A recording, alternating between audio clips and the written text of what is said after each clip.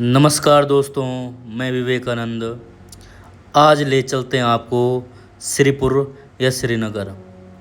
राजा सुबाहु की यह राजधानी थी महाभारत काल में, जब पांडव स्वर्ग की ओर जाते हैं। जिस प्रकार से दिल्ली कई बार उजड़ी और फिर बसी, उसी प्रकार से श्रीनगर कई बार उजड़ा और कई बार बसा। अलकनंदा के बहाव के कारण यहाँ पर बहुत सारी कठिनाइयों का सामना करना पड़ा। पुनः आज श्रीनगर खड़ा है। चलिए दोस्तों, आज आपको श्रीनगर की यात्रा कराते हैं। मेरे मित्र रोबिन जी जो वाहन चला रहे थे और मैं पीछे बैठकर वीडियो बना रहा था। आपको ले चलते हैं उन प्राचीन मंदिरों की ओर जो श्रीनगर की और अधिक शोभा बढ़ाते हैं। गढ़वाल विश्वविद्यालय में एक म्यूजियम है।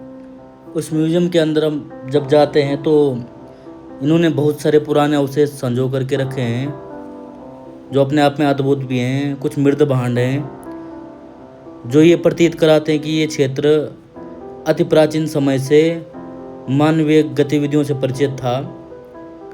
और समूचे उत्तराखंड में जो चीज़ें भी हैं उन सबको इस म्यूजियम ने संभाल करके रखा है, जो भी खुदाई में मिले हैं। तो आप श्रीनगर आते हैं तो इस म्यूजियम को ज़रूर देखें।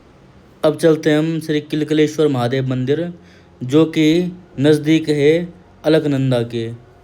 यहाँ पर प्राचीन मंदिर रहा होगा, जो कि कत्यूरी शैली में रहा होगा। और उसकी जो ये मूर्तियाँ हैं, ये जो सिंह है, ये मंदिर के ऊपर जो विराजमान रहता है, तो इससे प्रतीत होता है कि यहाँ पर प्राचीन मंदिर रहा है। इस मंदिर के ऊपर में एक प्रशस्ति लगी है। उस प्रशस्ति के अनुसार ये लिखा गया है कि उस समय बाढ़ आई थी और बाढ़ में जो प्राचीन मंदिर था वो बह गया था। श्रीनगर में अधिकांश मंदिर ऐसे हैं जो बाढ़ के प्रभाव के कारण से बह चुके हैं, जिनकी प्राचीनता बहुत ज़्यादा थी, जो पंवार कालीन से भी पहले के थे। तो मेरे मित्र रोबिन जी जो पीएचडी कर रहे हैं, इतिहास के अच्छे जानकार हैं, वो मेरे साथ हैं। और हम यहाँ पर जब घूम रहे हैं तो प्रत्येक मंदिरों के विषय में चर्चा करते हैं। अभी एक प्रशस्ति है, उस प्रशस्ति को देखते हैं। ये है प्राचीन प्रशस्ति। ये कह रहा है कि जो 1954 की जो बाढ़ है उसमें ये बह चुका था और उसके बाद इसको बसाया गया, इस मंदिर को फिर से बनाया गया है। ये इसके ऊपर की लगी प्रशस्ति है। ये इस मंदिर का गर्भगृह है और यहाँ पर विराजमान है भगवान किलकेश्वर महादेव का लिंग, जो कि अपने आप में दर्शन के। दोस्तों, अब चलते हैं श्रीनगर बाज़ार की ओर और वहाँ पर देखते हैं कि कौन कौन से प्राचीन मंदिर हैं। ये यहाँ पर बांध से होकर के हम चल रहे हैं कमलेश्वर महादेव।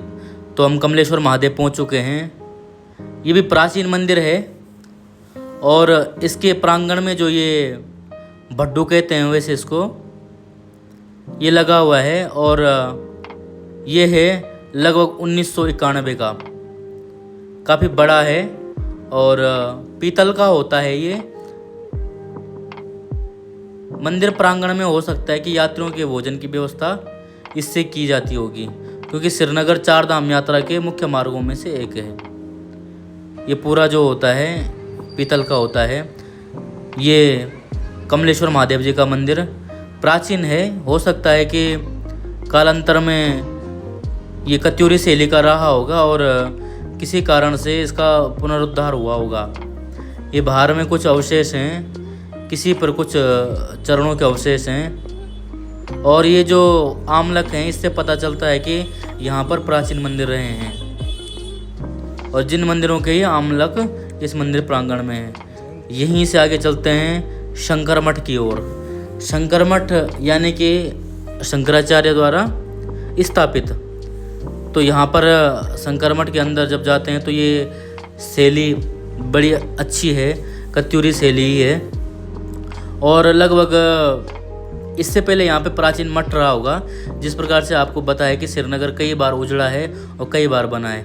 इसके ऊपर जो ये आमलक है वो छोटा है, इसके पीछे जो आमलक है वो बहुत बड़ा है, वो इसका रहा होगा। और ये भी प्रतीत होता है कि ये मंदिर और प्राचीन था। हो सकता है कि नदी के बाढ़ के कारण से ये टूटा होगा। यहाँ पर भगवती की ये मूर्ति है और अंदर गर्भगृह में भगवान विष्णु की मूर्ति है। यहाँ पर ये गरुड़ हैं और इनकी जो नाक है वो किसी कारण से खंडित है। ये जो यहाँ पर शिलालेख लिखा गया है, प्रशस्ति है ये, और ये महिपत शाह की प्रशस्ति है उनके समय का। तो मेरे को लगता है कि ये लगभग 16वीं सदी का है ये मंदिर, क्योंकि उन्होंने इसका जीर्णोद्धार किया होगा। अंदर जो मूर्ति है भगवान विष्णु की है, और ये जो मंदिर है काफ़ी ऊंचा रहा होगा, किसी कारण से कालांतर में ये टूट करके बिखर गया है। इस मंदिर के ठीक पीछे एक आमलक है, उससे पता चलता है कि यह मंदिर और ऊंचा रहा होगा। चलते हैं अब यहाँ पर पहुँचते हैं हम। इसको कहते हैं गोरखनाथ गुफा। गोरखनाथ जो थे वो नाथ योगियों में सबसे प्रसिद्ध योगी थे और उनका ये मठ है। यहाँ पर जब हम जाते हैं तो एक कुटिया टाइप की है और गुफा के अंदर है। जब हम गए थे तो हमारे साथ 2 बहनें भी थी, तो पास में कोई माता जी थी, उन्होंने मना किया कि महिलाओं का इस गुफा में प्रवेश नहीं है। कारण कुछ भी रहा होगा, हमने पूछा भी नहीं। तो ये गुफा है, इसके खंभे जो हैं ये पूरे पत्थर के बने हुए हैं और इस पे जो नक्काशी है ये सारे पत्थर पे की गई है। अंदर जब हम गुफा में गए तो वहाँ पर गुरु गोरक्षनाथ जी का चित्र है और वो ध्यान अवस्था में बैठे हुए हैं। अभी हम गोरखनाथ गुफा में आए हैं, तो यहाँ पर गुरु गोरक्षनाथ जी की जो पवारकालीन सत्ता थी उस पर काफ़ी प्रभाव था। गुरु मच्छिंद्र नाथ जी के शिष्य थे और ये उनकी मूर्ति है। ये सर पे पहले से ही पगड़ी है, ये अलग पगड़ी है, लेकिन मूर्ति में ये यहाँ पे पगड़ी है। कानों में कुंडल हैं, क्योंकि नाथ योगी जो है वो कान छेड़ते थे, इसलिए इनको कान फड़ा जोगी भी कहते थे। तो ये गोरखनाथ जी की साधना मतलब ध्यान मुद्रा में है और यहाँ पे जो है ये माला है, इस माला को जप रहे हैं गुरु गोरखनाथ जी।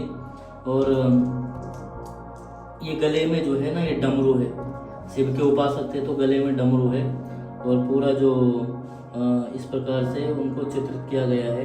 ये जो है लंगोट है, उस क्योंकि वस्त्र नहीं पहनते थे तो ये लंगोट है।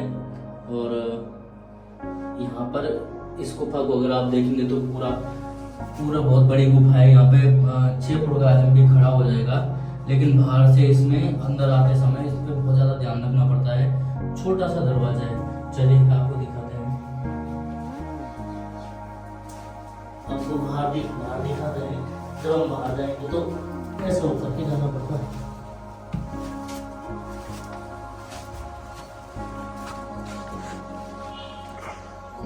बहुत छोटा सा दरवाजा है और ये वो समय का आर्किटेक्चर है। और जो ये हैं गुरु गोरखनाथ जी, उनका काफ़ी प्रभाव रहा है पवारकालीन सत्ता पे और इसी कारण से जो है ये पूजे जाते हैं। नेपाल के राजा, गढ़वाल के राजा और कुमाऊं के राजा जो नाथ योगियों का था, तो इनका काफ़ी प्रभाव था।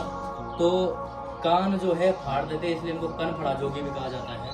तो ये शंकर मठ का, ये गोरखनाथ जी का मठ का ये आर्किटेक्ट है और साधना की स्थली से बनाया गया है, क्योंकि महल होता तो बहुत सारा चकाचौंध होती।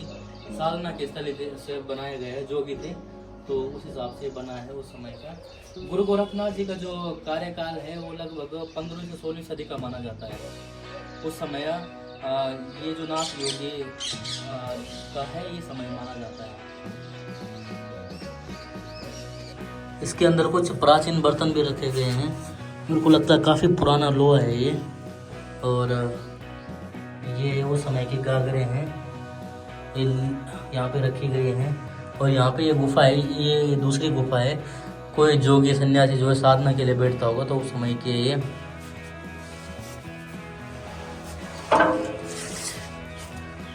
मकर जाला लग गया यार मेरे पे। अब चलते हैं हम बद्रीनाथ मठ की ओर। बद्रीनाथ जो यहाँ के राजा थे, इस रियासत के राजा थे, उनको बोलांदा बद्री भी कहा जाता है। उनकी आवाज़ बद्रीनाथ की आवाज़ मानी जाती है।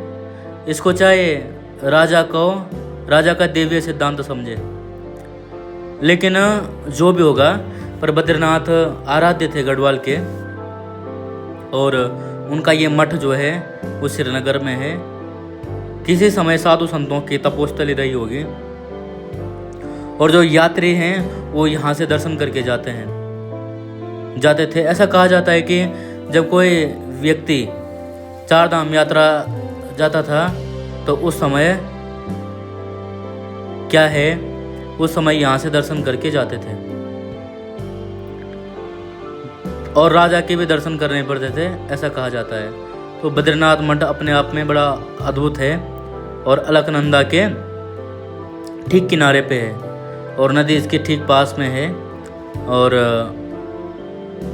काफ़ी अच्छी जगह है। यहाँ पर सरकार को काफ़ी प्रयास करने चाहिए, क्योंकि नदी बहुत ही निकट आ गई है, और कालांतर में इस जो ये धरोहर है वो कहीं खो ना जाए, इसका भी ध्यान रखना पड़ेगा। अंदर गर्भगृह में जाते हैं। गर्भगृह में भगवान विष्णु की ये मूर्ति है।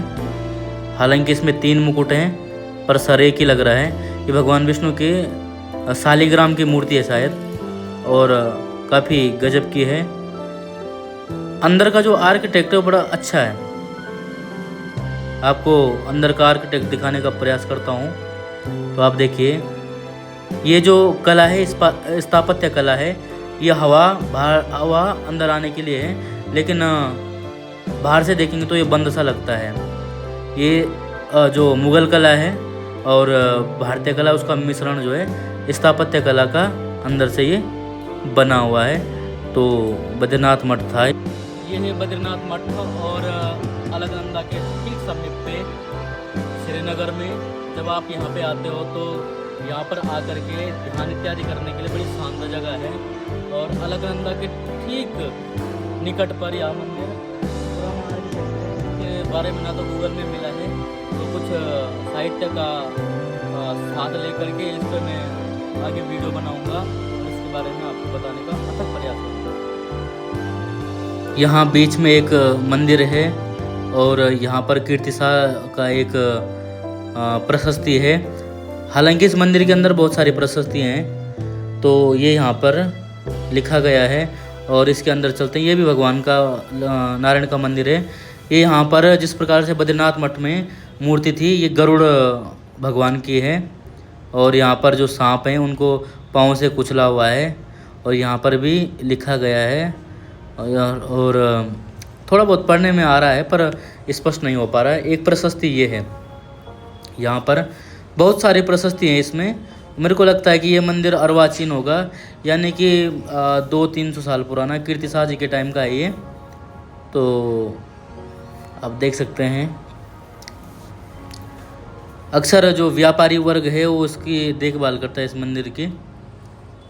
और जिस प्रकार से वहाँ पर बद्रीनाथ मठ में भगवान का मंदिर था, उसी प्रकार से गर्भगृह में जो मूर्ति है वो अर्वाचीनी है, और हो सकता है कि इसको बाद में किसी व्यापारी ने श्रद्धा से बनाया होगा। आपको इस मंदिर के चारों ओर ले जाता हूँ, और इस पे जो प्रशस्तियाँ उसको भी जूम करके दिखाने का प्रयास कर रहा हूँ।